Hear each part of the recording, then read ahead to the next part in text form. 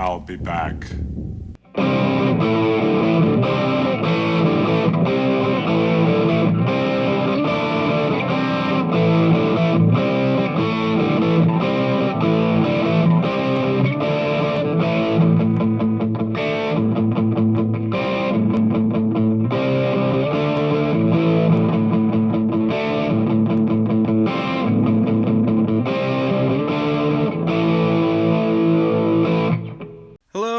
Welcome to another episode of the show. We are your hosts, Colin Peters here. John Rashatter. And Jeff Manfred. And today we are going to be talking about the 1984 sci-fi action thriller, The Terminator. This was directed by James Cameron, and it stars the one and only Arnold Schwarzenegger, along with Linda Hamilton and Michael Biehn as our main cast. You guys have anything else you want to add to the intro here? I'll be back. Had to bring it up already. Had to. I mean, come on. You have to. Well, this movie's filled with a few one-liners itself. He's got 14 of them. 14? In the movie? Total, Arnold Schwarzenegger has only 14 lines in this entire movie. Oh, you mean like he's got 14 his dialogue. He's got 14 one-liners, and they're all from him. I was going to say... Sarah Connor? Yeah, exactly. I was going to say, wait a minute here. Sarah Connor. Fuck you, asshole. I think we all have a program like that of just things to say to insult people. And Sweet. He's not really the Terminator. He's an insult bot now. Well, this is 2019, so we can modify. Funny that we're doing this because this is actually 2 days after we just got a new trailer for the new Terminator film, Terminator Dark Fate, directed by Tim Miller. So it's almost kind of like fate in a way, sort of. In a way, yeah. I guess you could say that. There is no fate that we make for ourselves. I literally just watched the trailer yesterday, and I was really fascinated with the fact that they were playing another Halloween and eliminating the sequels that were unnecessary. I think they should. That's probably the way to go. I had some issues, but I had some nice things about the trailer that I really liked. But Keep in mind, it's a teaser. It's just a teaser. They didn't show much, and it was just enough to make us go, okay, this is what we're getting so far. Mm-hmm. And the beauty of it is it goes back to James Cameron being involved, which is the way it should be, because James Cameron, The Terminator was his first movie. It was his first feature. He had worked on Roger Corman movies as, I believe, did he direct? Not special effects, but he did work on creative. Yeah, I know he does art, and he is very technical with a lot of his stuff, as the future has shown. Mm-hmm. I think he's even created other technology in cameras and CGI work too. Not surprising. I believe, I believe I remember him saying something about creating certain technology for Avatar. I can believe that. And we don't need to talk about Avatar. No, we're not going to. We don't talk about Avatar.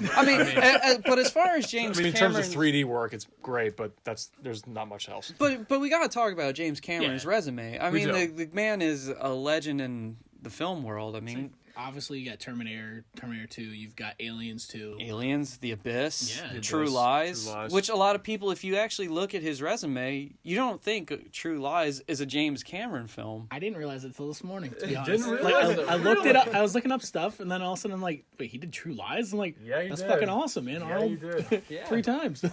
And of course, Titanic. And his Oscar winner Titanic. Mm-hmm. Oh yeah. I actually forgot about it until you said that. I'm like, oh yeah, it's a James Cameron movie. And really, he hasn't made a bad movie. I mean, people are on the fence with Avatar, but they're on the fence with that. He's announcing 4 sequels. I'll believe it when I see him, because it's already been like 11 years since the last one came out, and he says that there's going to be 4 sequels.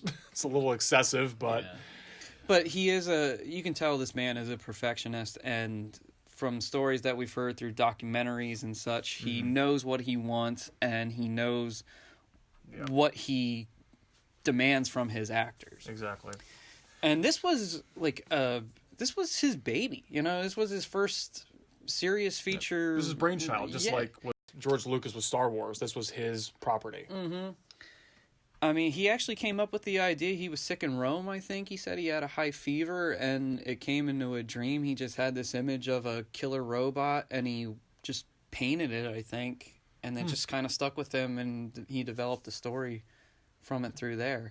That's what makes this movie great, is actually its compelling story. It raises the stakes. And the scary thing is, it's actually like one of those things where it's kind of believable, especially now. Mm-hmm. Especially how far technology has gotten. And artificial technology. AI taking over. Oh, yeah. So look, we got fucking robots vacuuming the carpet all by itself. We've got Roombas. And then just imagine it pops up a gun and it's like, oh, you made a mess on the carpet. I'm sick of cleaning this. Clean your shirt. We're taking over your house now. Is that Japan's got sex bots? I mean, Alexa will lock you in your house and turn the water in the shower all the way hot so it's called you. What are you talking about? Mine can barely even fucking listen to me say stop fucking ringing. Well, if you stop yelling at it, maybe. It's a lot easier because I'm halfway across the room. Nice day for a shower. Okay. But this was actually his, but he was the second unit director of a movie called Piranha 2. Yes. And the director was fired from that movie, or I think he just backed out of it and James Cameron stepped in to finish that movie. Oh, I thought James Cameron was fired from Piranha 2. Was he? I'm not sure, because that was like his first kind of project before he actually made Terminator. I think he did like odds and ends stuff here and there. Okay. He had experience in the field, but he didn't have any like specific training as far as a director goes. It was just kind of like, boom, here we are, and this is what I'm taking away from it. Now I'm just gonna slap together a crew, put together a story, and here we go. Yeah. And Terminator is a sci-fi action adventure, really. I guess you could say it's an adventure movie, but some call it a horror movie at times too. It can be a horror movie. It's definitely got the elements of horror. It's got some laughs in it too. Sometimes some unintentional. But I actually realized that there's a little bit more humor than I thought there was originally watched, because I thought it was serious from beginning, middle, and end. There's actually some levity, a little bit of levity. Mm-hmm. Yeah. And it was a movie that really wasn't taken seriously. Like, I've heard Michael Biehn... I guess we should dive in real quick. Arnold Schwarzenegger plays the Terminator, which is a killer robot from the future that is actually sent to the past to kill Linda Hamilton's character, Sarah Connor. Because Linda Hamilton's Sarah Connor character is going to be the mother of the leader of a resistance that is fighting this robot computer army that has taken over the future. They have nuked everybody and just want to annihilate humanity altogether. But her son, John Connor, is what saves humanity and defeats the machines and defeats the computers. But before the computers have their last blow, so to say, they send their soldiers back through time to try to prevent him from being born. Humanity finds out what they've done, and so they send back their own soldier, who is Michael Biehn, who plays Kyle Reese, and he is sent back to protect Sarah from the Terminator. Yes. I'm saying ultimately Sarah Connor ends up kicking the robot's ass because Michael Biehn apparently can't handle it. Hey, Michael Biehn was a badass. He was badass. I'd say at the beginning of the movie, towards the end. The guy knew his way around a gun. The guy knew how to make explosives. He was armed to the teeth with whatever resources he had. The robot itself is a cybernetic cyborg, I should say. Cybernetic organism, but it has living tissue on the outside. Which I don't know if it's a technical term, like if it's a real legit technical term to call it a cybernetic organism, but knowing James Cameron, how he's so up in science, technology, like learning himself and doing his own research, I could believe that it's actually a real term.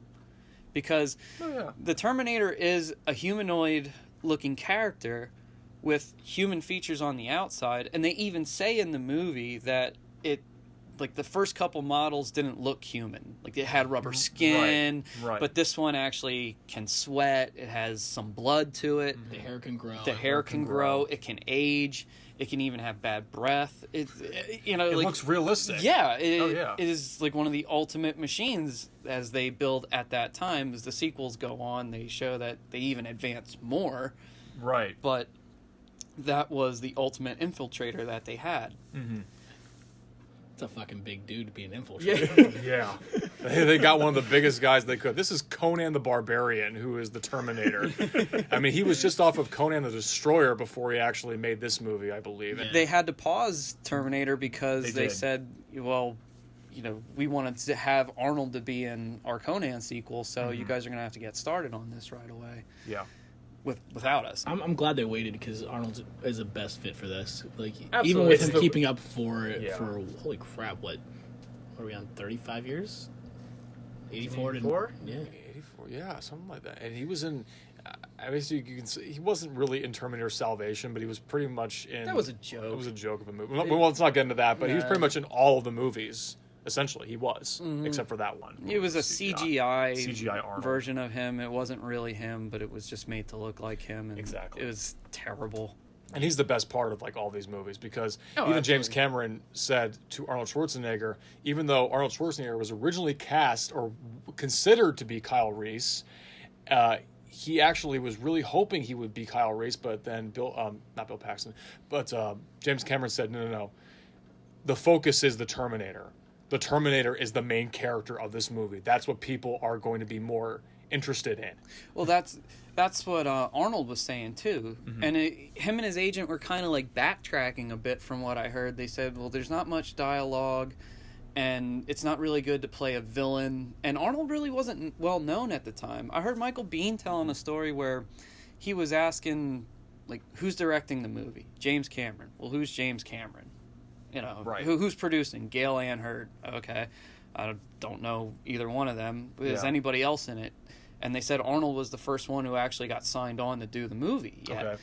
And when they said Arnold Schwarzenegger is going to be in it, he's like, "You mean that foreign bodybuilder who can't speak English?" Oh my god! That Austrian bodybuilder. He was like, he wasn't a well-known name at the time. He wasn't. No, and even in Conan the Barbarian, he only had 24 lines in that whole movie. Yeah. It's shocking because that's a movie that's about his character, and he doesn't speak a lot in that movie either. And they said that he had to work really hard on his accent. I think the phrase he was working on was the fine wine grows fine on the vine or something like that. One of those, yeah.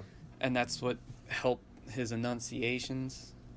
And they also said that when they were doing Conan, that if they didn't have a guy like Arnold Schwarzenegger, they were going to have to build him. So luckily Arnold was there. But they didn't know. I mean, they didn't know if he could act at the time. I mean, he really didn't have any acting credentials. I believe he did go to the University of Wisconsin. But really? He got I think he went for business. Okay. Yeah. Imagine that dude in a suit and tie, like business all the Yeah, time. he's the governor. He was the governor of the California, governor, so Yeah, I mean, the we guy can't imagine that. definitely has good business sense. So I'm not surprised by that. I'm going to run your state and take over the country. If not, I would terminate you. Oh my god. I gotta say though, easily, like, even from the opening scene of this movie, you are drawn into this world, and that's like the best thing any movie can do. From the first scene, draw you in to this war. Right, exactly. Like this post-apocalyptic wasteland of skulls and rubble on the ground. Machines are running all over the world, and you just have this tagline of what's going on. It's not a lot of exposition, but it's brief enough. And then you just get the title and that iconic music to just start it right off. The music really gets your emotions going. It does. And most of the other sequels don't realize how iconic and awesome that theme is. They kind of disregard it. Except for the first two, where you really hear it and you feel it. It's awesome. It really is like an uplifting, spirited... It's not like Hans Zimmer's Batman Begins, where it like really gets you pumped. But it kind of has this like loving emotion, but yet it has a power to it. That It tells really, a story. Yeah, and it really just like gets you deep. That's the best way to say it. Like the music really gets deep with you, and you're like, wow, I could really get into this. And then when you hear like that famous ba-bum, bum, ba-bum, it just like, that's what really gets you then. Like it kind of like wheezes you into that deep sort of emotional feeling. And then once you get that, it uplifts you, and it's like, yeah, let's go now. Let's go do this. Yeah. And then when that main, like the ba-bum, bum, ba-bum kicks in, that's when the Terminator pops up. And the movie just totally starts really right cool. after that. So it was a great intro. It really was. Yeah. And the first arrival that we get is Arnold's Terminator coming back. Yeah. He has this big epic intro where he's just like on his knees. He's fully naked, but the electronic shield, the electricity all around him, he's not affected by it or fazed by it, and he just rises. That great shot of just him on a ledge looking out at the city. Oh, yeah. It's almost like it's setting up like this city is mine. His playground. His playground, exactly. It's such a cool visual moment. But if you have to think about it, being a robot from the future, it doesn't look the same. Like, everything's been destroyed. Seeing that for the first time, even as a cyborg, it's probably the most magnificent thing he's seen since his birth, pretty much. Right. Yeah. And then looking at it, like, yes, came off an he knows it's his assembly line. playground, and then, like, he knows what he's looking for. Well, not really. He knows who he's looking for, but not. He does, yeah. Not yet, but that's why he goes through the phone book. So. The phone book, yes. The phone book. Hey, remember those? I gotta say, even like in the opening couple scenes, this movie screams 80s. Oh, totally. From the costume designs, the hair, the makeup. Paxton's hair, fucking. He's got blue spikes. Their outfits are ridiculous. All the leather and everything. This movie screams the 80s, and then you get his first couple of lines of dialogue. Nice night for a walk. Which, I mean, who would have thought like an Austrian bodybuilder robot, is a killer from the future? I know. And then you realize these guys are fucked as soon as he puts his fist right through that one goon's chest, and then guy just takes his clothes off and gives it to him. With ease, too. Like, it wasn't even, like, so nice. Like, oh, and that's right. it. Uh-huh. And That's it. And right away, it shows you the power of the machine. Mm-hmm. It's like just nothing. Boom, boom. Like 1, 2, 3, you're done. It's almost like you don't know he's a machine yet. No. You just think he's an incredibly, ridiculously strong guy that maybe he had like an edge on his fist or something in order for him to go through the guy. But no. Well, yeah, you think he's ridiculous strong. You fucking see him? Dude is fucking massive. Yeah. Which is funny because originally they didn't want anybody to be that huge for the Terminator. Really? They wanted Lance Henriksen. He was the original choice. And he even did an audition, I think, they said, where he showed up into an office and he even put aluminum foil in his teeth. Okay. And he just sat in the office and just kind of scanned the room and scared the secretary at the desk. They said he really got into it. Yeah, and then but luckily he was still cast in the movie because James Cameron liked him that much that Yes. he put him in the movie still. And I guess the hard choice for a while was O.J. Simpson. O.J. Simpson was considered to... Yes, that O.J. Simpson, the one who murdered Nicole Brown Simpson and Ron Goldman. Jeff, you got something I to say, say? and the reason that he wasn't chosen was because they said he wasn't scary enough or not too violent enough. Obviously, that was proven wrong. Irony! Oh, man. Yeah, and there was some concept art of him, too, as the Terminator, O.J. Simpson. You just have, like, the look of him wearing the clothes of the Terminator. His one eye is human, the other eye is piercing red, and he's got, like, the metal showing through his face and everything. And it was the same thing with Lance Henriksen, too. They did the similar kind of concept art for both of them. And James Cameron did the same thing for Arnold. Yeah. And Arnold saw it, and I believe he still has it, and he keeps it in his office. And he said, like, after I saw that, that's what really got him into character. Mm-hmm. I think a lot of people had a hard time really buying into the movie. And I believe it, too, because I listened to Linda Hamilton and Michael Biehn talk about the pitch for the script. Mm-hmm. And it was, well, you got to kill a robot that's from the future, comes back to the past, and wants to kill a waitress that works at a big boy. Guard it for me, big buns. That makes it sound like it's going to be a lame, cheesy sci-fi knockoff Yeah, movie. exactly. Right. And, like, just hearing you explain it, I'm like, God, this movie sounds like it's going to be shit.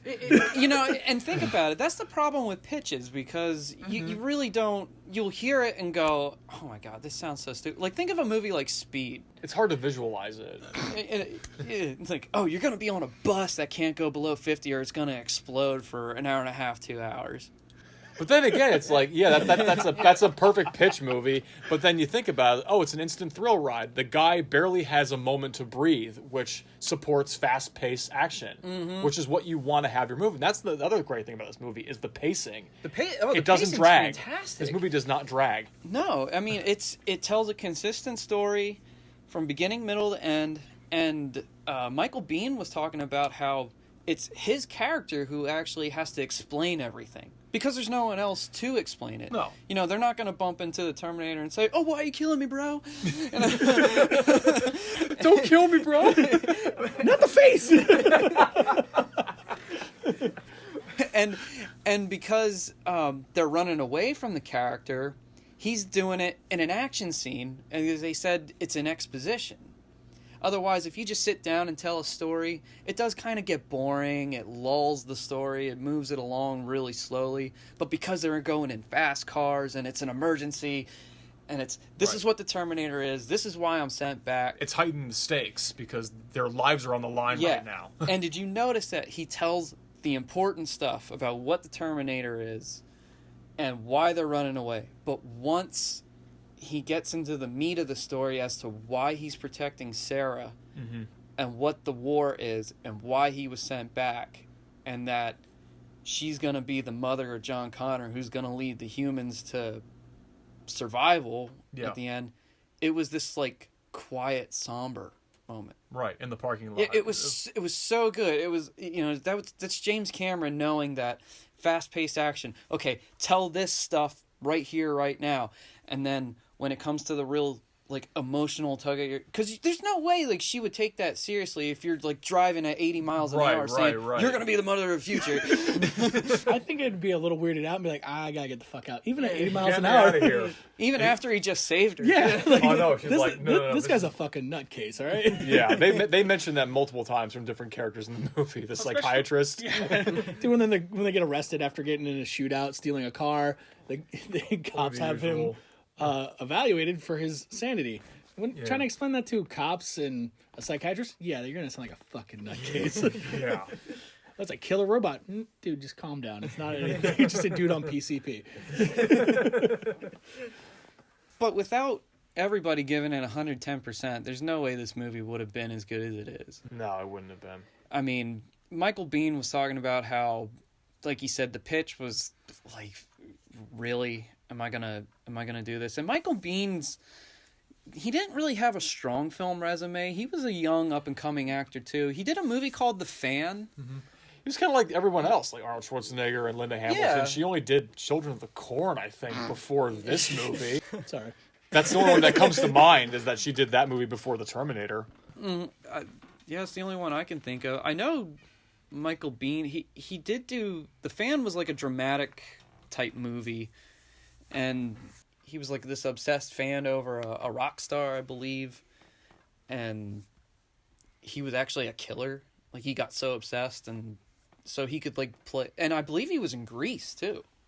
Was he in Grease? Yeah, he was the guy that John Travolta punched in the gut with the basketball. Oh, and he was man. he was in the classroom where Really? they threw the that was Michael Biehn, and then That's crazy. he actually auditioned for one of the characters and didn't get it, and Okay. they just threw him in for They still put him in because for some other parts. Yeah. Okay. Interesting. And he said that he really wasn't too on board until it was actually because Arnold was filming Conan the Destroyer. Okay. And they said, okay, well, we're going to go to Stan Winston's studios and, like, show you the, like, what we're working on in the meantime.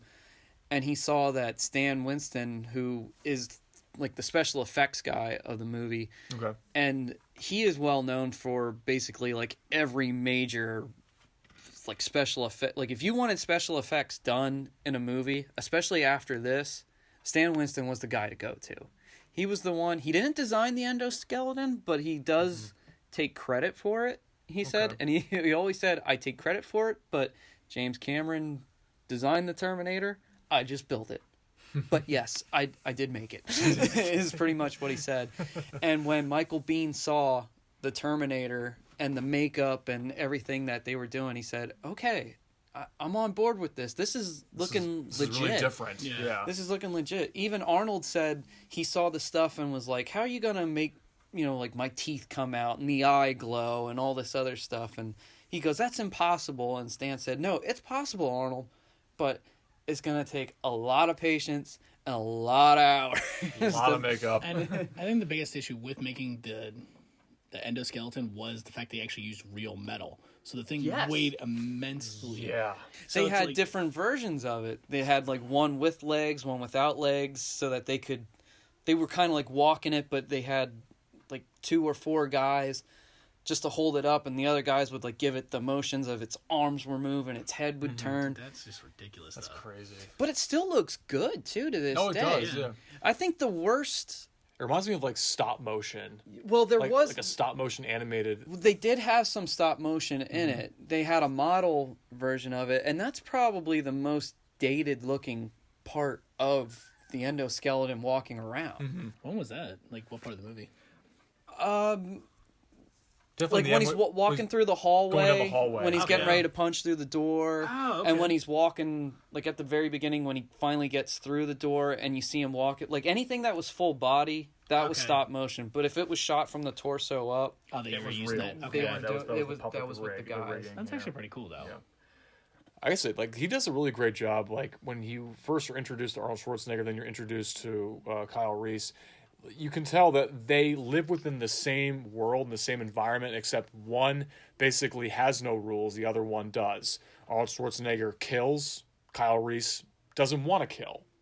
He's a soldier. He's a soldier. But he's also looking to survive in their future, where Arnold really doesn't need to survive at all. He doesn't. He's a destruction, a machine of destruction. So, what's his purpose? I mean, To he's go basically kill? a high-powered metal zombie that will destroy himself to get to his mission. Oh yeah, he doesn't care. Like at the end of the movie, you know, his legs get blown off, like part of his hands missing. I was like, even at that point, the robot is still trying to kill Sarah Connor. That's like really one of the horror element. This movie has sprinkled elements of horror throughout it. Like that's one moment where you think he's dead, but he's not dead. He keeps coming back to life. And everybody was talking about that. I heard stories where audience members said, "Oh, he can't get up from this," and it's like, "No, he does." And No, it's he like, does. Oh my god! Oh my god! It's when's Michael it gonna Myers. end? Like, yeah, it's like, when is it gonna end? If you think about it, it does have that big horror slasher element because it's a singular killer going after people. So I could see why it would be considered a horror, other than the constant resurrection, because obviously a robot. It's the sci-fi story that makes it different from your average horror film. Mm-hmm. It's this, it's all those elements factored into it. It's really, really cool. And I gotta say, like Arnold Schwarzenegger's performance, he really did, like all the actors that we talk about in this podcast, that they really go through a lot of like tough regimens in order to get into character. Like he actually trained for hours just shooting guns, not actually looking at the gun, because he's such a skilled fighter and skilled expert when it comes to any kind of firearm. He doesn't have to look at the weapon in order to shoot it. He doesn't have to look at the weapon to reload it. And the way he scans the rooms, it almost looked like a great white shark. Yeah, they said it was Arnold who came up with the thing where it was the eyes move first and then the head. Yeah. Like the scene when he's That's in the dedication. in the car looking in the parking lot for Reese and Sarah. He's just like first the eyes and then the head. And if you ever notice, he really doesn't show any emotion in his face at all, which he shouldn't. No. You know, He has a few startled, like surprised reactions, but that's pretty much it. Like when he gets shot, there's like one moment where his eyes are wide open. It's like, oh, okay. and I think part of that might just be the. I don't want to say the infiltration. Could be part of his program. Yeah. I got shot, so let's pretend I'm surprised I got shot. Exactly. Okay, that's good point. Good point. And throughout the Terminator movies, I also noticed that the shotguns in general do seem to be like the one weapon that can at least slow them down. Not stop them, but slow them down. Mm-hmm. Throughout all the movies, a shotgun seems to be the one. I don't know if that... Think about it. It's got the most coming at you. It's more of a force. got Where the bullets can go through. Yeah, the close quarter impact. I mean, it's good at close quarters, and it's got the biggest recoil of like all those other guns and everything. So you're going to feel the power of that, not from a distance, but you will feel the power of it. Mm-hmm. And they're a recurring theme through the movie. You know, they become their own element. You know, like Arnold's used them in two. The pump handle, and that's kind of become a thing now, you know, where like you see the pump handle, it's Terminator shotgun. Exactly. He does the flick and then it reloads and then just pulls the trigger. Oh, it's so good. But like you said, he's, you know, people kind of make fun of Arnold, especially nowadays, because, you know, he's the bodybuilder, he has the Austrian accent. He was the governor of California. He was the governor of California. And same with Stallone, like, you know, he's a muscular guy. He kind of talks funny with the droopy lip and stuff. And because these guys have made some absolutely horrible movies, You know, which it happens in everybody's career. It's bound to happen at some But point. it's almost like it's easy to make fun of them then for that and say, oh, they're no talented. They're, totally, they're hacks. They're not serious. But when you watch these movies, no, they actually were very good. Oh yeah, I mean, there's no one else that can play these characters except those guys. Yeah, honestly, you can't even think of anybody else playing Terminator other than Arnold. Like you can't. They wanted OJ, they wanted Lance Henderson, but it's honestly Arnold who made that character. He became that role. They even said after they cast him that they felt like he was supposed to blend in with a crowd. That's why Lance Henriksen and OJ, even though OJ is a big guy, he's not like 230, 250 bodybuilder looking guy. But when you look at that endoskeleton, how else is it going to fit in? But the infiltration unit was supposed to be like an everyday looking man, so it would blend in, and Arnold's just bigger than life. Yeah. But because of how big he is, and if, like, say he would punches through a window or tears down a door, like, is an average looking guy going to be believable for that? No. I'd say even in the flashback, they used Franco Columbo. Yeah, Arnold Schwarzenegger's best friend and fellow Mr. Olympia bodybuilder. Yes, that was the cool. Perfect fit for that, because you got Arnold playing our Terminator, and then you've got Franco Columbo playing the future Terminator. Fuck right, dude. That's the way it should have been. That's pretty cool. I didn't know that. Yep. But it kept the whole thing about them being bigger. The T-800s are the bigger size. So, they're going to have the bigger body on top to cover the metal. So, average person, I can understand, if they're looking for, let's say, an infiltration unit, but these aren't infiltration units. Look at the fucking size of them. They're there for destruction, and that's it. Even the guns in the future are massive. No way that small robot's going to carry that. Phase plasma rifle. Just what you see, man. This is the 80s, man.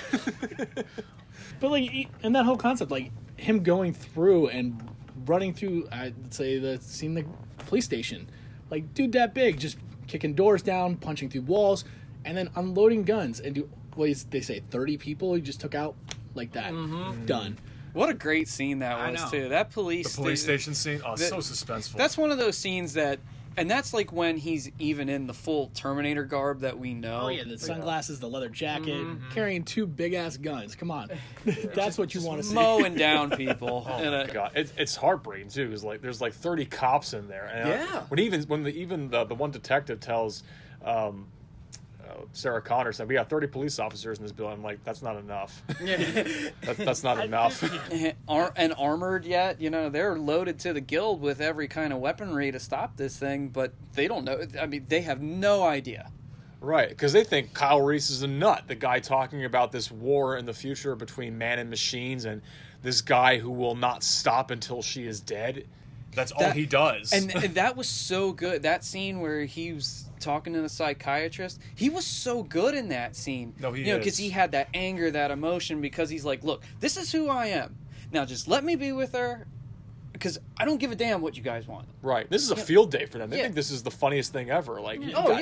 Put this guy on TV right now. And Michael Biehn had said that James Cameron had a thing for if you, gave anything that would help the movie be better, he was all about it. It wasn't like, this is my movie, this is the way it's got to be. Yeah. And he said, well, in this interrogation scene, I think this guy knows that they're not, in top authority, so I would want to look at that camera and say, and tell them flat out into the camera, this is what's happening. Yeah. And he said that was his idea, and he was really proud of that. And if he wouldn't have looked in that camera in that scene, it would have been kind of dull. Yeah. Even in the psychiatrist was like, I can make money off this guy, I can write books, just off how crazy he sounded. I know. I'm as we said, even with the pitch, from that moment on, we would think those people are fucking nuts. Are nuts. And then we see the final product, we're like, shit. And so, hearing it from the outside, the dude's, explaining everything that happened in the future, what's happening right now, and I would have been like, dude, you need to get the fuck out of here. Yeah. Well, even Linda Hamilton said that she didn't take the movie seriously either. She was another one who said, Arnold Schwarzenegger is going to be in this, and even after seeing the Stan Winston effects and stuff, but I think James Cameron was also hard on her because there were all these stories about how James Cameron could be a real asshole Like I can see that. And there were all these stories about how he was yelling and screaming at her. Really? Yeah, and Michael Biehn had said he never saw it. Like they ended up getting married years later. Yeah, they did. And now they're divorced, but they ended up getting married. I know Linda Hamilton broke her ankle or her leg like off camera, and she was so devastated because she wanted to still be in this movie, kept thinking that she was going to be replaced. And she had running scenes, and she still did it. She still did it with the limp and everything. Yeah, there's a limp in those scenes. And I believe she even said she actually did a lot of her action scenes first, and then the waitress stuff was last. Interesting. So it kind of helped out, even with the break. Yeah. But she said it took like 2 hours of makeup to cover her bruise. Because they didn't really have stunt doubles. Oh my god. So they had to do a lot of their own stuff, and she said that she had to put a lot of trust in Michael Biehn if he had to like hold her and roll or something. Okay. Mm-hmm. And but she said she kind of liked that experience because it was that, like, what's that game where, like, do you trust me? Oh, Trustfall. Trustfall. Yeah. Trustfall. And she said it was kind of like that in a way. Okay. And it wasn't until the movie came all together and she saw it and she said, wow, James was a genius. This thing works. It came together so well. Yeah. It was, and yeah, I mean, I still remember being a kid, I knew of Terminator 2 more. From the toys, the Guns N' Roses music video to You Could Be Mine had all the stuff, and the arcade game. Yeah. You know, and I remember thinking, like, Terminator versus the T-1000. That's what I actually knew first before Terminator. Okay. And it was funny because I always thought of him as a good guy, and then my mom and dad actually got me the first Terminator as a birthday present. And they explained to me that there's no T-1000 and Arnold's the bad guy. And I'm like, wait, what? How's that possible? Yeah, I'm like, Arnold's a good guy in this. I'm like, this is No, not in the first one. You know, because, you know, it's such a cool character. And as a kid, you're like, yeah, man, this robot, you know, and it's fighting this liquid metal robot. And then the first one comes around, you're like, wait, what are you telling me here? Yeah. But then I remember watching it, and I forget how old I was. Single digits easily, because Single digits. Oh, wait, the second one came out, what, 91? For me, yeah, 91 or 92. So you probably would have been 5 or probably 5?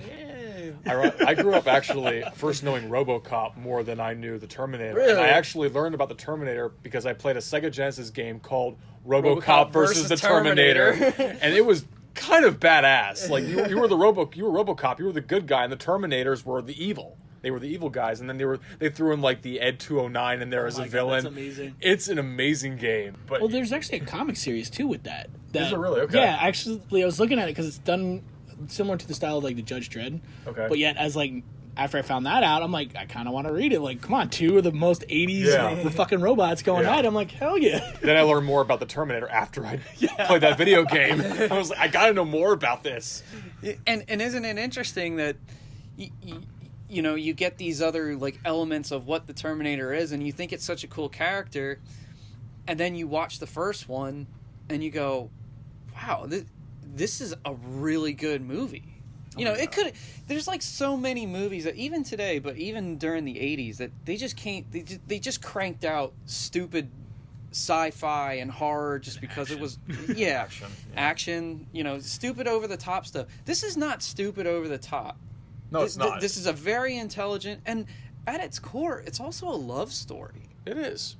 Because you find out eventually that when, in a flashback, like with the Franco Colombo scene, that Reese actually has a picture of Sarah Connor that John gave her, and here he finds out that he's fallen in love with her, and he volunteered to go back in time to protect her. It's believable because their interest does grow. It grows periodically in the first, I guess we would say, with 24 hours. They really kind of knew each other in like what 24, 30 hours or something like that. That's all the time they had left together. Yeah, it wasn't much of anything. But he has that speech to her in the motel where like he studied every line, every curve, and you know he, like you said, like he volunteered to do this because he started to feel something that he never felt before.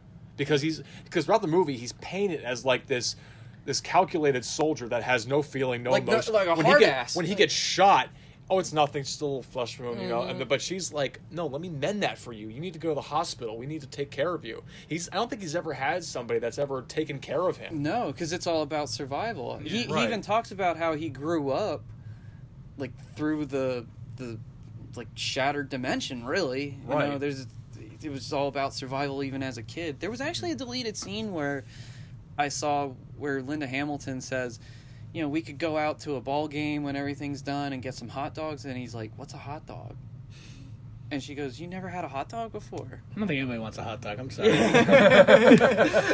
I would be like, no. Let's get a burger. Let's get a nice big burger. Honestly, I think it almost makes him more human, too. Like, showing that if they would have left that in the movie and a final product, like, showing that, like, yeah, she believes that there's going to be an afterwards where he already knows that there might not be. Yeah. Now, I can argue and say I think it progresses to that point.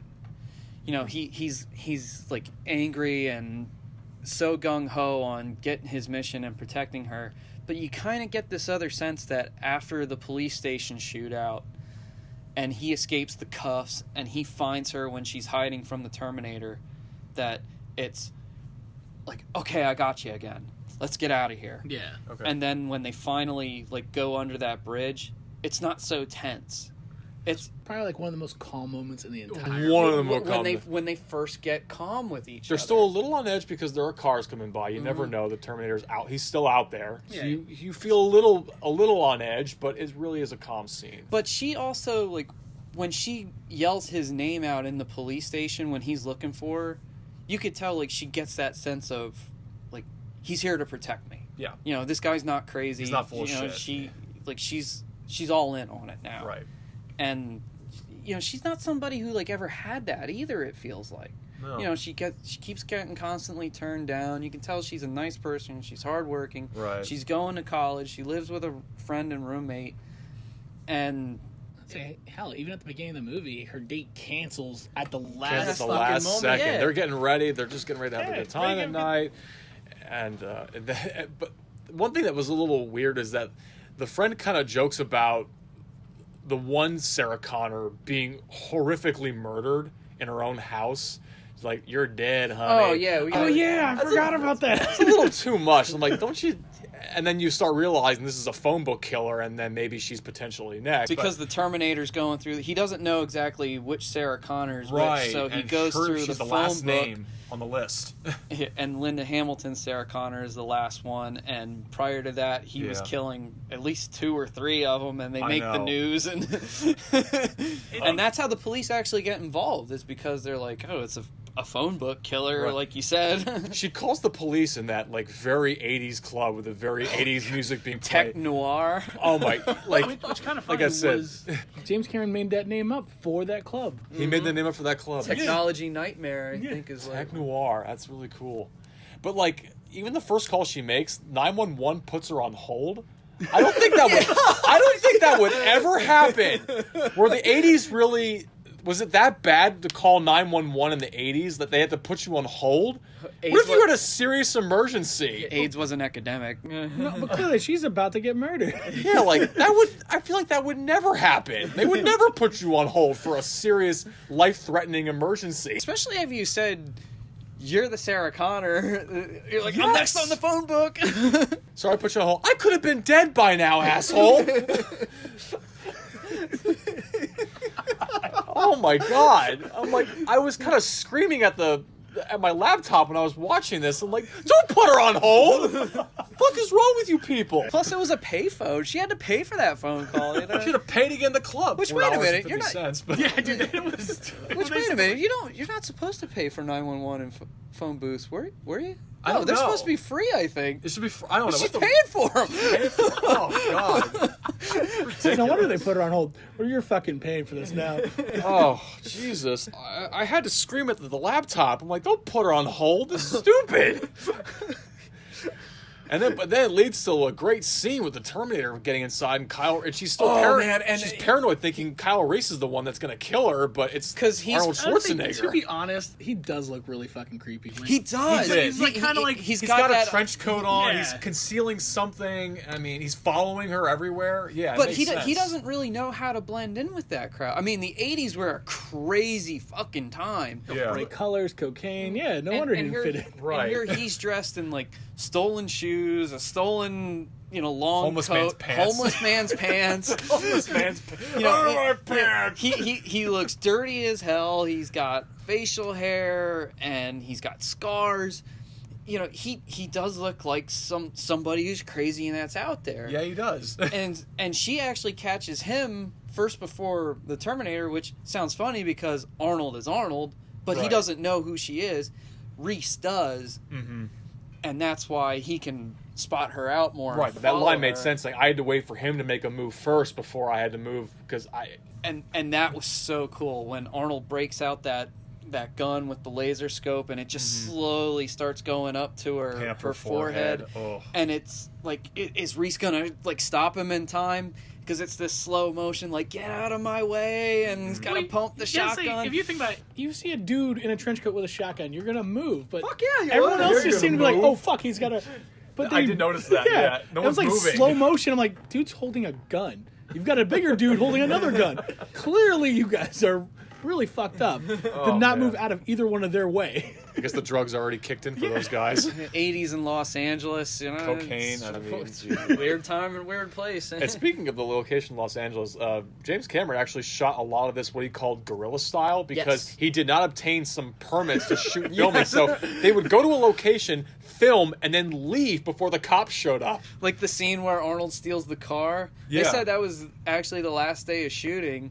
Oh yeah, they had to hide his clothes underneath it, so they had to change real quick. There was no wardrobe. He said, "Here, put your clothes on." So I had to change my own clothes. And they said they had a skeleton crew, so they quick set up. And James Cameron said, "All right, just go over, punch that window, and let's get out of here." And Arnold's like, "Okay." And then they look back on it and they go, it never stopped to occur to me that.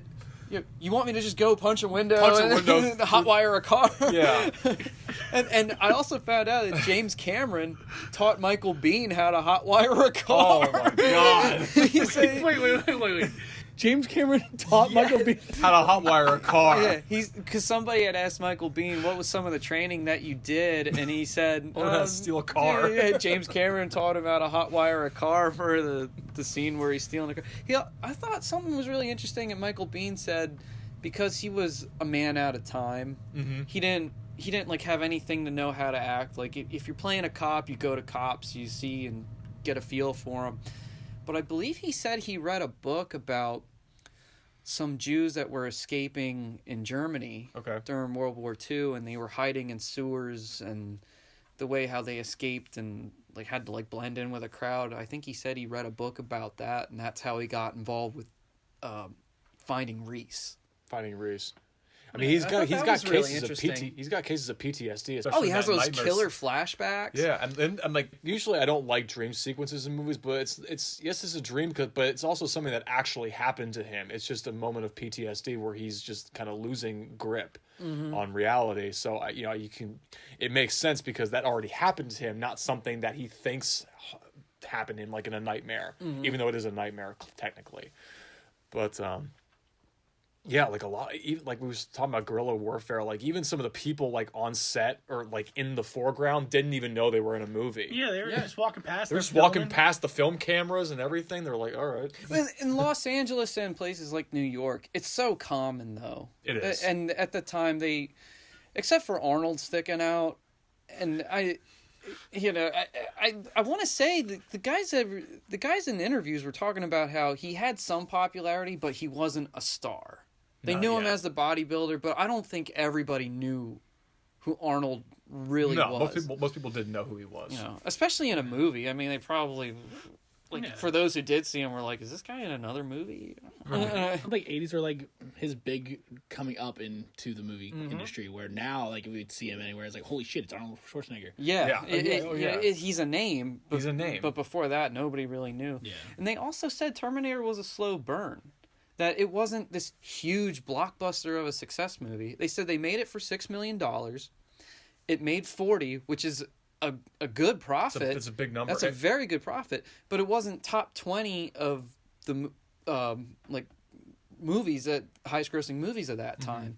And they said it really wasn't until years later, until it came out on VHS, that people started watching it more and were like, yo, this is a really good movie. Even Linda Hamilton said, I guess when they were going to do some press, she was supposed to fly over to New York and they were going to talk to her. And then they said, nah, it's all right. We don't want to talk to you. We'll just talk to Arnold. Wow. Yeah. What? That's fucking. Because nobody knew who she was, nor did they care, and it wasn't a big deal of a movie because it was pretty independent too. You know, It was. They talked about how they had so many issues with that movie. I mean, you can see that they had to work with what they had. Like at one point, there's that tanker truck that the Terminator's driving, and it blows up, and it was a model, and you could tell that there's this string that. You can see it, especially on Blu-ray. That it just pulls the truck when it blows up and makes it look like it separates more. Okay. I'd say that's one of the few bad times the effects are looked Some of the at. effects are a bit dated. They don't hold up as. But I love the fact that they did keep up, like when he's running and the car explodes, his eyebrows, his hair gets burned, and they continued using that through the rest of the movie. Like the continuity, they kept up with that, and then like eventually, like when they started. He had to cut out his eye and stuff like that. That was really good, too, because they mixed that with the dummy and cutting back to Arnold. Yeah, that was good. They would show you from the side of Arnold, and he would actually be doing it, but if they did the close-up of him putting the X-Acto knife into the eye, it was that close-up of the dummy, so you didn't really notice it was a dummy right away. And with the illusion of Arnold actually doing it, and then he rips the eye out, and he just drops it in the sink, you're like, it looks like he really ripped out his fucking eye. It does, yeah. It really does. He was wearing that prosthetic with the red eye. He said actually started burning his face because of how hot. I believe that. And I'm like, I believe that. Dude, you wore that for a good portion of that movie too. So I'm like, you did. What, let's say 12 to 16-hour days wearing that. I'm surprised he didn't have a burn on that side. Yeah. And then like even when cool. he was cutting the arm open just to fix that. I thought that was actually like one of the better not CGI, one of the better practical. Yeah, I couldn't think of the word. Makeup and everything. Oh yeah. I was like watching that. I'm like, damn, watching him actually fix his own arm and then do that. I'm like, this. Yeah. And you hear the cutting, like of the skin and the flesh, and you hear like the mechanics working back and forth. And you actually see the tendons, if you will. You see a little bit of the tendons. Yeah. And you hear them too. It's like, oh wow! So you're finally getting a taste of what, because you don't know what the Terminator actually looks like. Exactly. You hear things from Kyle Reese. You see what they call the hunter killers and those big tanks. They have a name too. I forget what they're called. I don't remember. Yeah. But you get some of those machines from Reese's flashbacks or visuals. Yeah. But you don't actually see what the Terminator is until the very end when the tanker truck blows up and he gets engulfed in flames and everything just totally burns off of him. And we were talking about production issues. The studio, Orion Pictures, they did not make this easy for James Cameron. In fact, they actually wanted to cut the movie after the tanker truck exploded and his body was on fire. They were originally going to end the movie there, and James Cameron fought like hell to be like, fuck you, the movie's not done yet. Yeah, dude, that's we got to keep very going. Crucial point. We're not done with this movie yet. And they were going back and forth, and then they finally let them have it for good reason, because you wouldn't see the Terminator. You would not see the actual true form of the Terminator. And it also gave you another one of those, well, he got blown up and he got on fire, he's got to be dead. Nope. And no. I think they even, he's a fucking robot. I think they even said it was like a phoenix rising from the ashes looking scene. Yeah, that was a really cool shot. Where it was the fire and Reese and Sarah are just embracing and they're like, oh, we did it, it's over. And then he just slowly picks himself up. And you look, and both of their faces are like, no, we're not done yet. Clearly 80s slasher right there too, because like the whole he's dead, yes, the end of the fucking movie. No, he's still coming for more. Jason and Michael's still coming for more. And Reese is wounded at this time now because they were trying to escape the Terminator in a truck. He's been shot twice already at this point. Yeah, And this is a pretty fatal wound to him at this point because he's throwing dynamite at the Terminator while they're being chased, and he's on a motorcycle. Really great scene, like with him on the truck. More fast-paced action. I mean, just him throwing the pipe bombs at the Terminator as he's on the motorcycle. Oh, yeah. And so it's up to Sarah then to try to pick up Reese, because at that point they have become intimate and they have become Spoiler alert. a couple. He's John's dad. Yeah, I guess we should say. Well, we did say that he's in love with her. Yeah, and right. And you find out that Reese. That's why you tiptoeing around it. I'm just gonna come and say it. Reese does become John Connor's father. Then Sarah has no idea, and I don't even think really Reese. Put it together either. He didn't put it together either. I mean, because he only says at one point, she says, "You don't know anything about the father so I don't tell him to beat it, do you?" And he goes, "John didn't say much about him. I just know he dies before the war." And she goes, "Stop! I don't want to know. I don't want to know." And of course, they have that that moment in the hotel. And you actually, at first, I thought I had a problem with it, but then I kind of bought it. I really did accept it because it made sense. She has nothing, just like him. She has nothing either. Like, her best friend is dead. Her closest friends in the world are dead. She's been constantly tried to kill twice, and now she latches on to someone who is like really fine to showing her affection and emotion. Well, so I think I bought into it. I think any time too, when you find somebody who protects you that'll give their life to protect you, you're automatically like.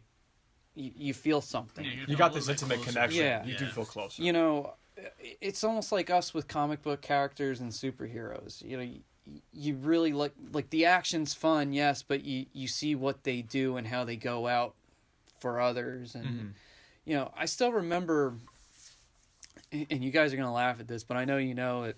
My mom would put me in like these little modeling pageants and stuff when I was younger. Yeah, John broke my trophy. Yeah, that's all I can think of. I'm sorry. Bring that back. I'm sorry, that's all I can think of. As soon as you brought that up, sorry. It was not intentionally me trying to break the damn trophy. You broke my trophy. I broke your $2 plastic trophy. Hey, I was Master Fantasia, all right? Anyway. He would be proud. Fuck you, John. But I still remember at one point I would actually have to like go up and be in like suits and certain outfits and get on a catwalk at times. Okay. And I would be nervous. But there was a guy, and I still remember him, his name was Caesar.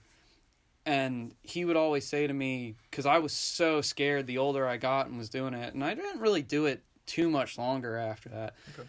But I remember Caesar would always like say, "I'll go up with you," and I remember he would take me and go up, and I always felt like I can't do it without Caesar. And then eventually, you know, Caesar actually gave me the confidence then to go up and do it. And I think in a lot of ways, Caesar actually like really gave me the confidence to be just outgoing in general. Like I wasn't afraid to do theater. I wasn't afraid to joke around more or like be outgoing. Be a film director. Be a film director, yeah.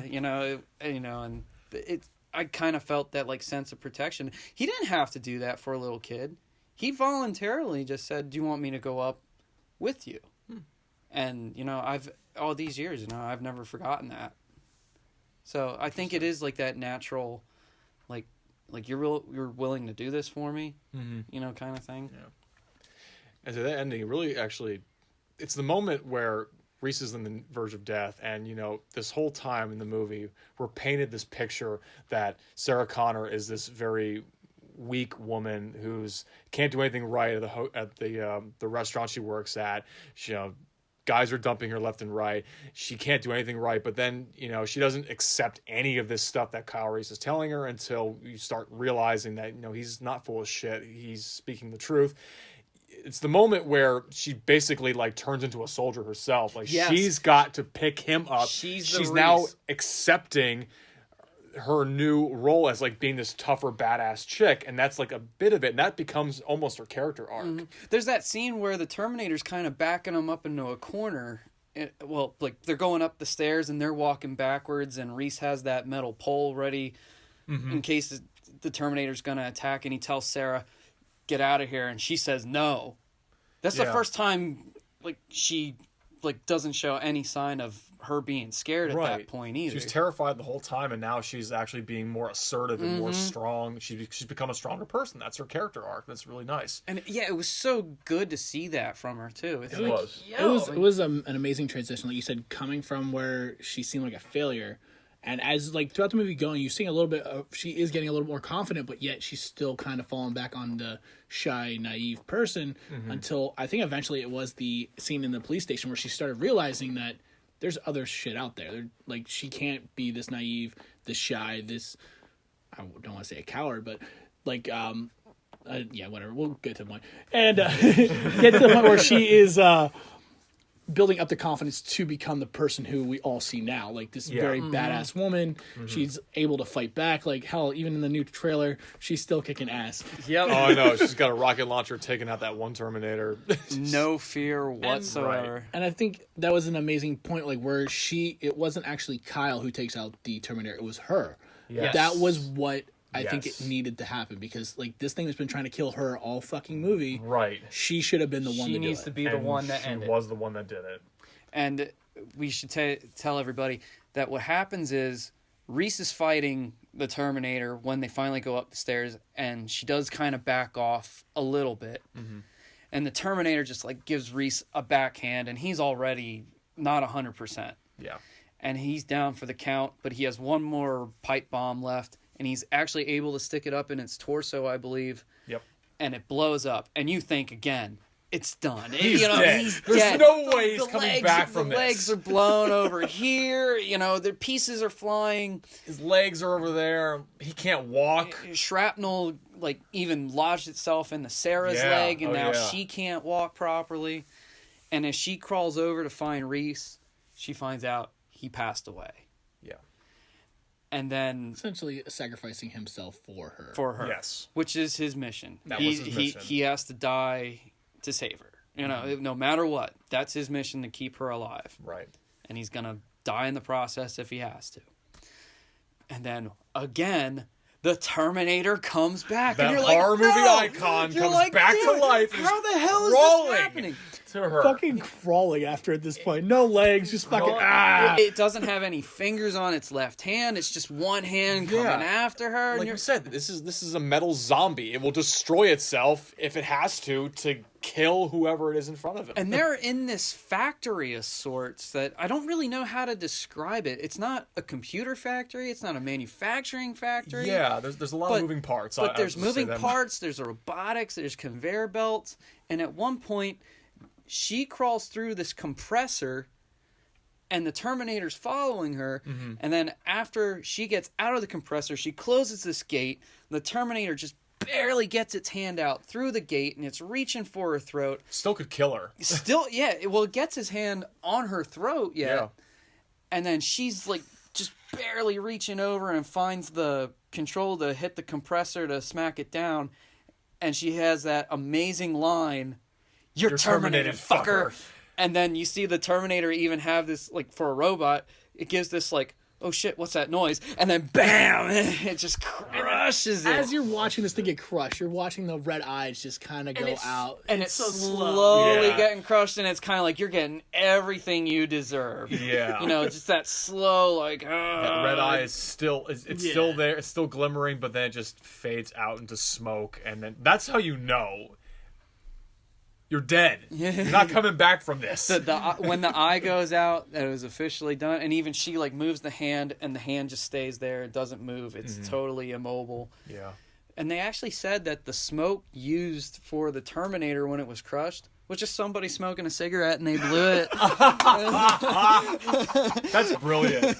When you do little nuances like that, it's perfect. It's like the best effects, Just like how when they put Reese away in the body bag, they said that was just one of James Cameron's bags for a suit. That makes sense. And they just put him in there and zipped him up and said, "Hey, it looks like a body bag. There you go." No, I gotta say, I have a funny line, a funny story about the "You're Terminated fucker." Let's hear it. Okay, the first time I was introduced to this movie, I think it was about 5 or 6. My parents were watching this. I remember this. We were eating breakfast. I was in the living room playing. They had Terminator in the background. They were just finishing eating breakfast. We had pancakes that day. And it's that moment where the gate comes down. The hand is reaching out to try and, crush Sarah Connor's throat. And she says, "You're terminated, fucker." That line, when I was a 5-year-old me, stuck in the back of my head. Oh, boy. I was impacted by that line. And then a couple days later, my eldest sister was getting on my nerves. She was in charge of babysitting me. And we're going back and forth with this argument. As I'm about to walk down the stairs from her bedroom, I literally screamed out loud, "You're terminated, fucker." I said, "You're terminated, fucker." Her face split. She said nothing. Her jaw was on the ground. I was thinking, did I just win? I thought I won. She was speechless. I was like, all right, go me. And then I was put in a timeout for like 3 hours. And then when you came back out of timeout, you said, "I'll be back." But yeah, she told my parents that whole story, and I was in deep shit for that. But it was that line. Like, I watched most of that movie with my family that Saturday morning, but it was that line that was in the back of my brain like a sponge. I wanted to say it one day, and then the day came when I said it, and I was in deep shit. But she was speechless. I was like, yes, I won. Thank you, Terminator. Of all the lines that stick in your head, that's the one. It's the one, "You're terminated, fucker." I didn't know what it meant. I just thought it was kind of badass because then she killed the Terminator. It is badass. Everybody remembers "I'll be back," and that really is a great line, too, in the way Arnold delivers it. And they did talk about how there were various ways how he could have said that. Yeah. Arnold was like, he's a robot. He should say it like, "I'll be back." And James Cameron was like, "No, just say it like, I'll be back." Mm-hmm. And he was like, "I don't know." And they went back and forth on a little bit, and then they did like 10 different takes. And I think the line was originally, "I'll come back." Yeah. And then he said, and then he just changed, and then he just said, "I'll be back." I think the way James Cameron won this argument between Arnold was like, "I don't tell you how to act. You don't tell me how to fucking write." Oh, no, that was Michael Biehn. Oh, really? I thought it was Arnold, too. No, well, maybe he did, but I remember Michael Biehn was talking about how, he said earlier that James Cameron never really raised his voice to him or gave him a hard time like everybody else, apparently. But he said there was only one spat that they had, and he said it might have even been on Aliens. And he goes, "That is exactly how I don't want you to do it." And he goes, "James, you can do everything. You can direct, you can write, you can do special effects, you can draw, but you can't fucking act. So why don't you tell me how you want?" You can't act. Well played. Well played. Well played. Oh, man. So the Terminator's finally dead, and Sarah Connor is driving off into the desert on her Jeep Wrangler with her German Shepherd in the back. And because the dogs actually can detect Terminators. Yes. So that is something we didn't mention. And that's perfect. I mean, I would have wanted to get a dog as soon as I heard and that's throughout the movie. There's a little Pomeranian that sees Arnold as he's walking up to a yard. It's barking at him. Mm-hmm. When Franco Columbo enters in the future scene, all the dogs are barking. Even the dog at the hotel where Reese and Sarah are hanging out at. Too. The funny thing about that dog, that's James Cameron's dog. Oh, for real? Yep, when you watch him go past, it's his. I believe I thought that was actually pretty cool, too. Yeah. But yeah, like, that's a main point in the films. Like, they keep using it. So it's a great way to detect something that you're not able to detect just by visuals. Mm-hmm. Absolutely. And they have a dog with that sixth sense, sort of. We hear that a lot from certain animals. Because they have scent receptors that we can't pick up, but they can. Yeah, I thought that was actually very clever that they utilized that. They didn't have to, but they did. It deepens the mythology a little bit in the story. Yeah, and it also, like being an animal lover, it also like puts them in a good light. Right, companionship. Yeah, man's best friend. Yeah, woman's best friend. But anyway, like you said, she starts taking off in her Jeep Wrangler, and we find out at the end of the movie that there's a young boy who comes and takes a picture of her while she's at the gas station, and he kind of hustles her, I guess, saying like, "Oh, I'd like to sell you this picture because my father will beat me if I don't make a few extra bucks." And she's like, "Okay, kid, here's like $4. I'll give you 5. Here's 4. Yeah. And then here it's the picture that Reese winds up having in the future that was given to him by John. Oh, yeah. And I thought that was so well played. Mm-hmm. And I like how the kid is actually saying something in Spanish, and then she asks the boy's father, "What did he just say?" And he says, "There's a storm coming," and she's saying, "I know." And it's the way she delivers it, though. It's a prelude to what's to come for the future. Mm-hmm. A storm is coming. A war is coming. And she drives off into the storm yet. Yeah, she does. Which doesn't make any sense because she has the top down. But yeah, that's true. Oh, it's gonna... I regret this. And a funny story about that, too, is they were supposed... I believe they had the road blocked, and they weren't supposed to block the road. Uh-huh. And they said, oh, just make sure cops don't come. And they said there was that one car in the distance the whole day, and it was a cop.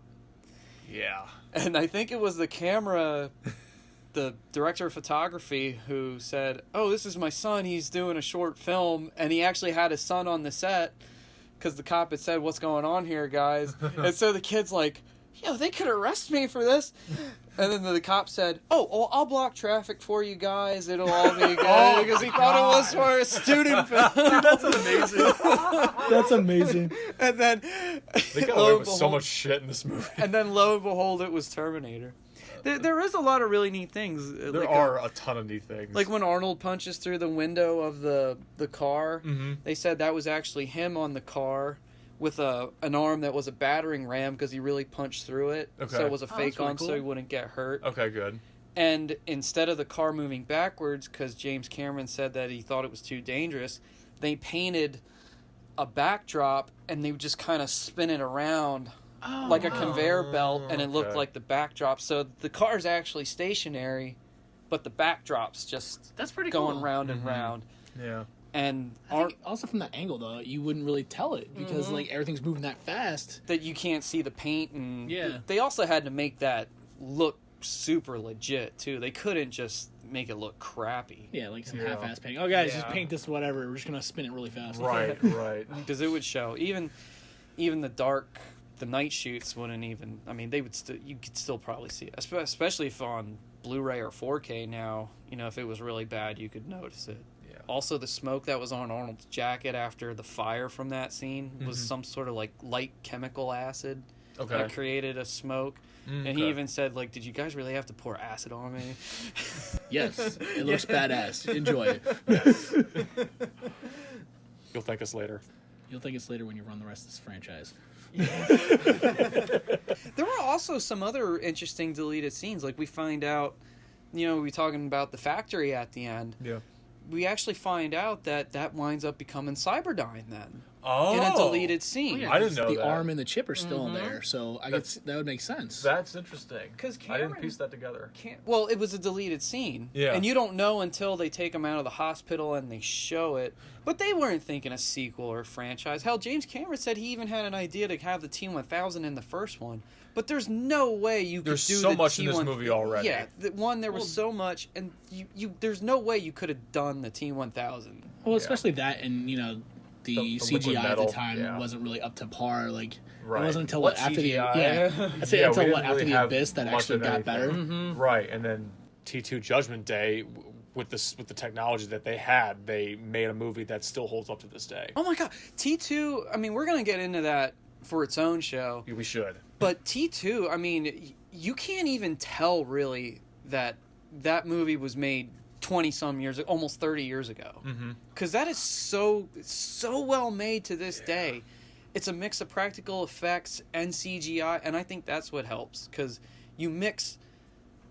Kind of like when we were talking about how, like, I forget what episode, was it Superman, where we talked about the practicality with some CGI? I think. And Had to been. I brought up Robert Rodriguez did a scene in Once Upon a Time in Mexico where he used a dummy, but yet he still like CGI'd a character over it for a missing eye that was hiding something in. And he said, well, you could put, what was missing in the dummy's eye, but it still looked like a dummy, but you still took the actual actor and overlaid it over the dummy so it looked, And I think that's kind of what Terminator 2 did. The only thing that I noticed in Terminator 2 that I probably would have changed is that red eye that Arnold has at the end of it, I think they could easily rotoscope that out and make it look more, because it just like pops out more. Yeah. You know, when really it's sunken in. Okay. I didn't think about that. Yeah. Just kind of. And they did redo it. Because a year or two ago they brought it back out in theaters for 3D, and they said they made the stunt doubles look more like Arnold. They put his face on. They put Edward Furlong's face on for John Connor, and did little things to touch it up. And I was surprised they didn't fix his eye like that, just because it would look better.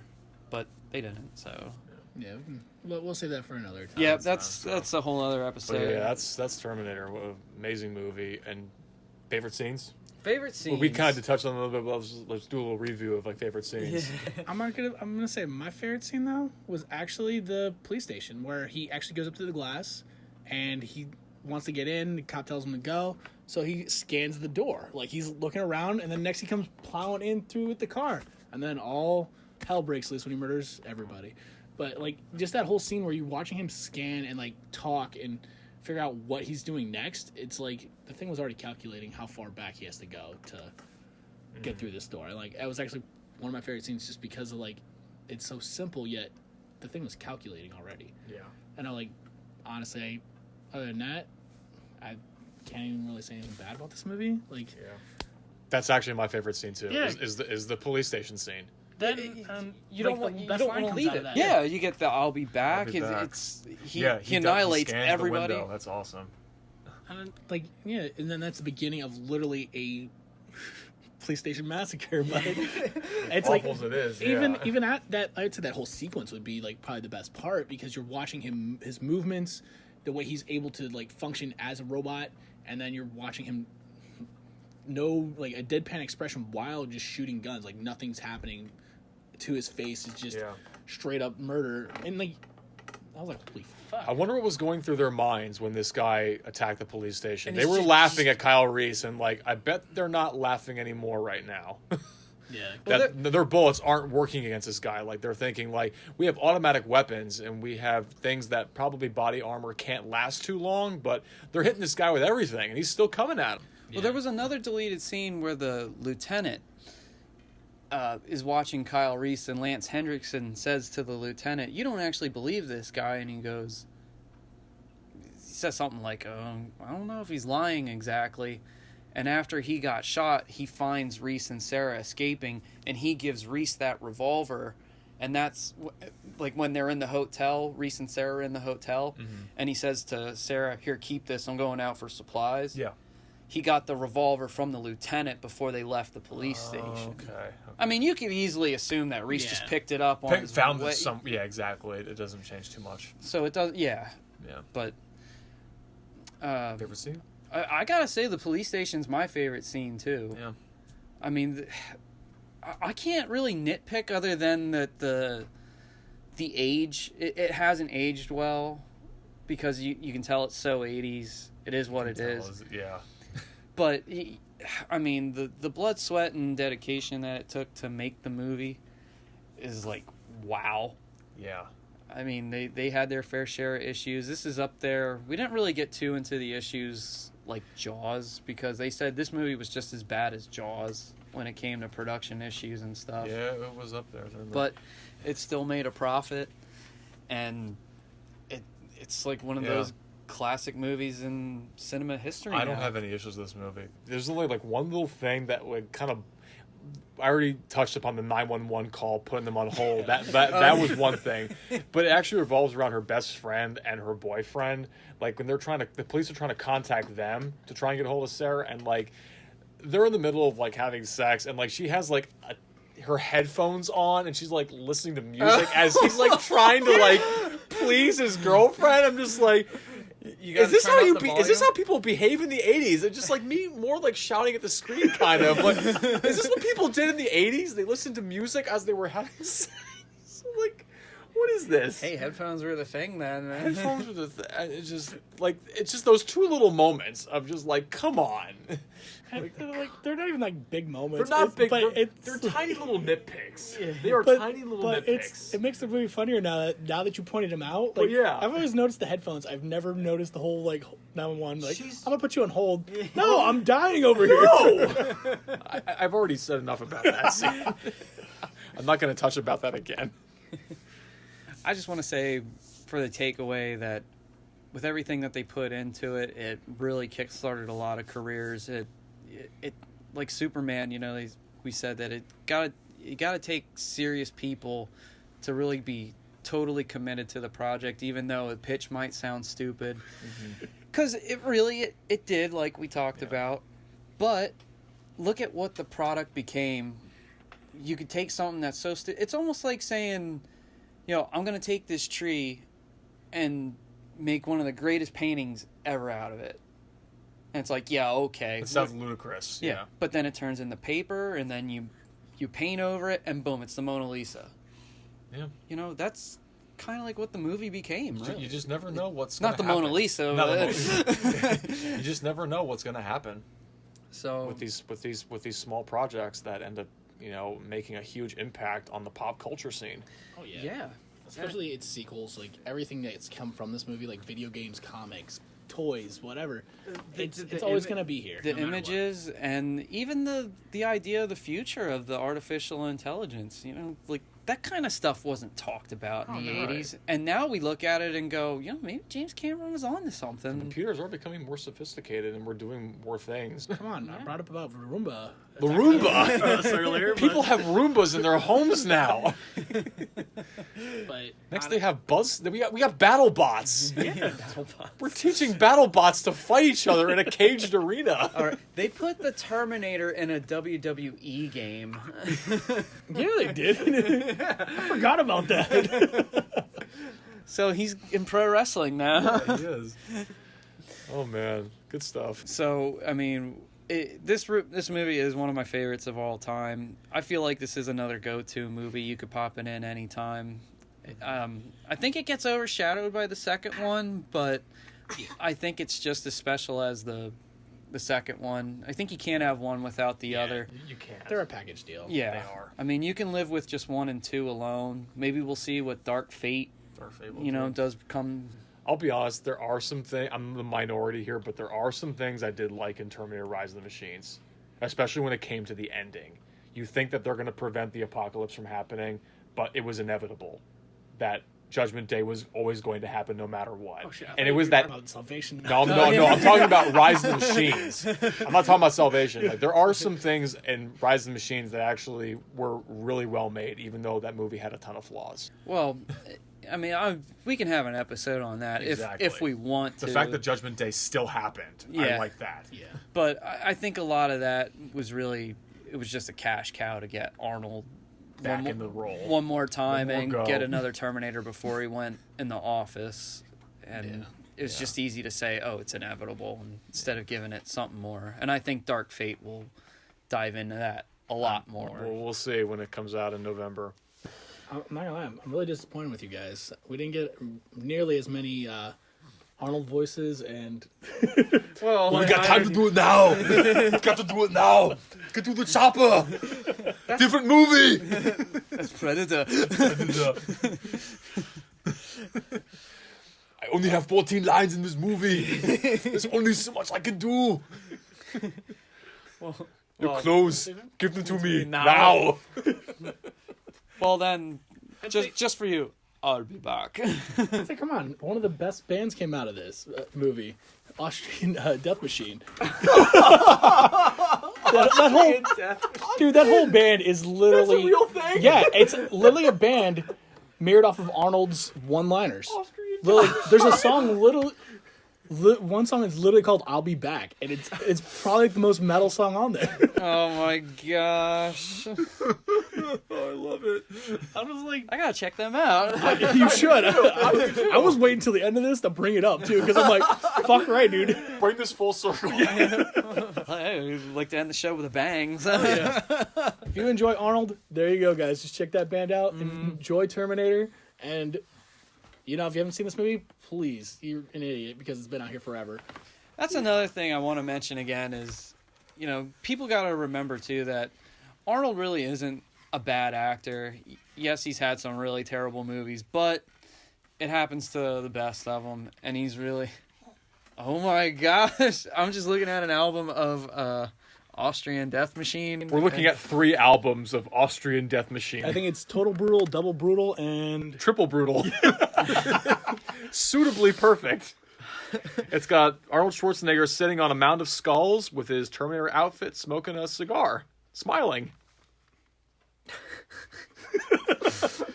He's got a bonus track called I'm Not a Pervert. Jingle all the way, much. Oh my gosh. I love it. Oh man. Yeah, and then the lead singer of that band is actually a huge fan of Arnold. He's his original band is called As I Lay Dying, and he's a really jacked dude. Can't remember his name right now, though. Well, I mean, Arnold was a big influence for me, too. I mean, I enjoy lifting weights, and a lot of it was because of him. Yeah. I mean, he really is the godfather of getting in shape. Oh, yeah. Yeah. I mean... Mr. Olympian. He was the one who started it and made it into pop culture, and he's not only just in health and fitness, but in movies, and you know he's so quotable. I mean, you talk with an Austrian accent, everybody knows it's Arnold. Yeah. I mean, it's synonymous. And you don't even have to say his last name. Well, I mean, some people can't. So, so all you gotta do is say Arnold, and it's like, hey, you know. I mean, SNL had Hans and Franz. Yeah. Oh yeah. I want to pump you up. Pump you up. And a lot of that really has to come down to Terminator and what he did. Hey, yeah, and that's the other thing. You know, okay, he has 14 lines. But we quote them. They're the best 14 lines ever. We fucking quote 14 lines out of this movie, and we remember him being a badass, we remember him being a villain, and then eventually we remember him being a good guy. Yeah. But technically, he could still be viewed as a hero because he's trying to save his people. Yeah. To him, he's a hero. Yeah. Well... and his race of cyborgs that come off the assembly line. I don't know if I should say it, but you can kind of compare it because he's Austrian during No. World War... So, just end it there. So... I guess that's a good way to end the show. Yeah, I think we're going to have to now. You guys have anything else to add? Any takeaways? I think we covered everything. All right. This is definitely a great movie. It's a fan favorite. This is definitely one that you should buy and add to your collection. You know, because if you like love stories, there is a love story. There's action. The pacing is fantastic with it. There's like not one boring part to it. If anything, it just shows that it's made from the 80s and had a low budget, but you appreciate it for what it is. We gotta start somewhere. Exactly. It's a great film, and I'm happy that we did get one more with James Cameron and Linda Hamilton as director and the actors. You know, like I said, we'll see what Dark Fate brings, but see what Tim Miller can do. I don't give a shit. I'm ready for more Terminator. Yeah, I don't care if it's bad, good, whatever. I just want to see some Terminator action. So the general consensus is we all love this movie. We all love it. Absolutely. This was a big influence in our lives. Never met someone who didn't like this movie, so. And if you do, they're fucking wrong. Yeah. Anyway, that concludes our episode of The Terminator. This was a lot of fun, guys. I really enjoyed talking about this. Oh yeah, dude. Yeah, absolutely. Obviously, we could probably go on forever, but Could. yeah, it's a lot. Because there really is so much more to tell, but between the fun, some behind-the-scenes stuff, and the synopsis of the movie, I think we covered it. So, with that, we shall sign off. This is Colin Peters. John Rashetter. And Jeff Manfred. We'll be back. Thank you all. Back. Thank you all for listening, and we'll be back. Please, somebody help me.